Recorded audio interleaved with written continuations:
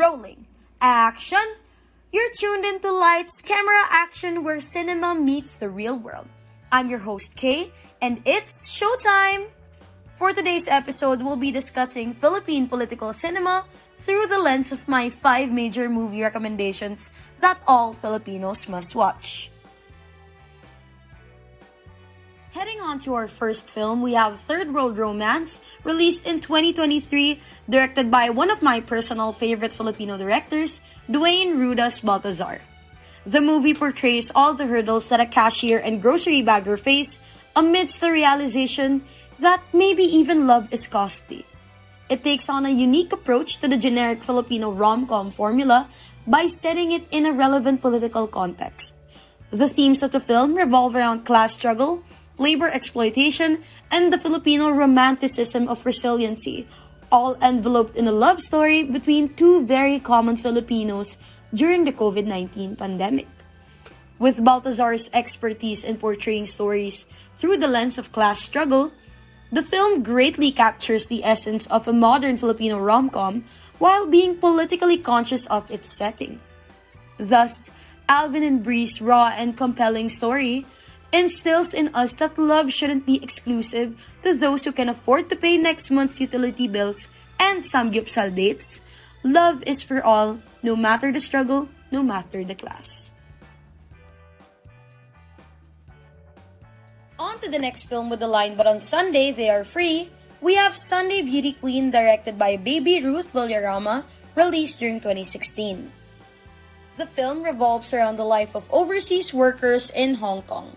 The event that connects all the narratives in the documentary is how they come together every Sunday to prepare for a beauty pageant as a form of escapism from the harsh realities of working abroad.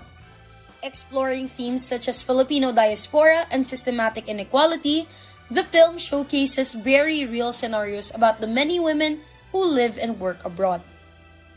Thus, the film provides an interesting dimension that is not often tackled in the media.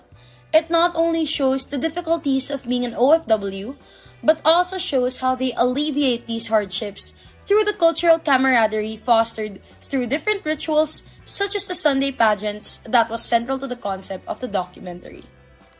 An excerpt left from the Letterboxd review by user Chinvincible states that their story has been told countless of times in print and screen.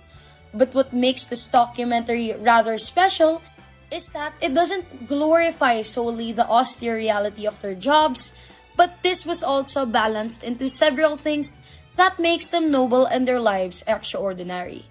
The film was empowering in a sense wherein it was able to portray the OFWs holistically by showing what goes on beyond the bleak storytelling we constantly see in media. The film then perfectly encapsulates that it is undeniable that it is hard to take out the Filipino spirit from the people. Despite being in foreign land, these OFW communities find a way to empower one another, which truly exemplifies the Filipino spirit that transcends borders. On to the next film, we have Smaller and Smaller Circles, released in 2017 by Raya Martin, but originally a book written by F.H. Batacan.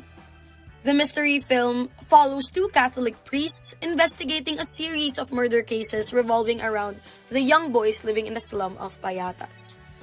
The film critiques the corruption prevalent in big institutions such as the Philippine Catholic Church and the police justice systems. With the main struggle of the film surrounding the incompetence of these institutions, the story sheds light on how the marginalized are disposable in the eyes of power and how seemingly justice turns into a privilege rather than a right. Providing insight into how the church, despite being a manifestation of all things good, could still be corrupted by its leaders with its choice on whether to prioritize reputation over justice. And on that note, with the topic of corruption, Balota, released during 2024 by Oebanda, is what I would argue would be a new modern classical political film in the Philippines. It tackles the prominent corruption when it comes to elections, whether in the regional or local scope. Starring Marian Rivera as Teacher Emmy, that acts as the main protagonist of the film, the story places great emphasis on the persistence of corruption in both the system as well as its political actors. The film follows teacher Emmy, a lower middle class teacher, and the life-threatening scenarios she faces as she fights against the abuse of power despite the opportunity big enough to change her and her family's life. With the film giving light to persistent issues within the system, such as patronage, class divide, and vote buying, Balota portrays a very necessary role in reigniting the truth that challenges the illusion of free elections and a true democracy. Thus, with the film's way of highlighting the role of the youth as well as the activists that actively resist these corrupt practices, it urges its viewers to look beyond the results of elections. It aims to provide its viewers with a slice of reality that there is more to elections than what meets the eye.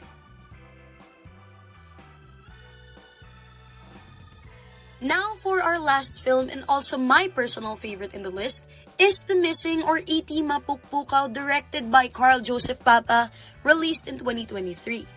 The Filipino-Ilocano film follows Eric, a mouthless animator, and his struggle with a recurring alien in his life as a symbol of his childhood trauma.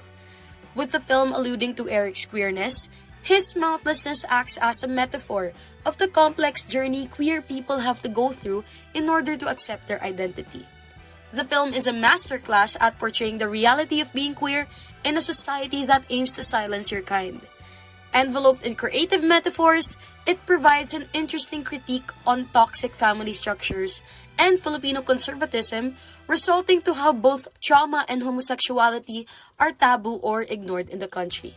The film challenges the importance of these topics in society in order to raise awareness regarding these pressing issues that are systematically rooted in our culture and politics.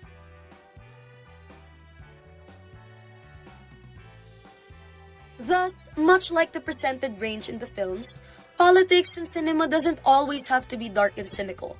Rom-coms, comedies, or even melodramatic films can always be political in a way where it doesn't have to be in your face or difficult to interpret. All it takes is a closer look at who, what, when, and where the film was made to understand the hidden context behind all of our favorite films. And that's a wrap, everyone. Thank you for listening to Lights, Camera, Action, and we'll see each other in the next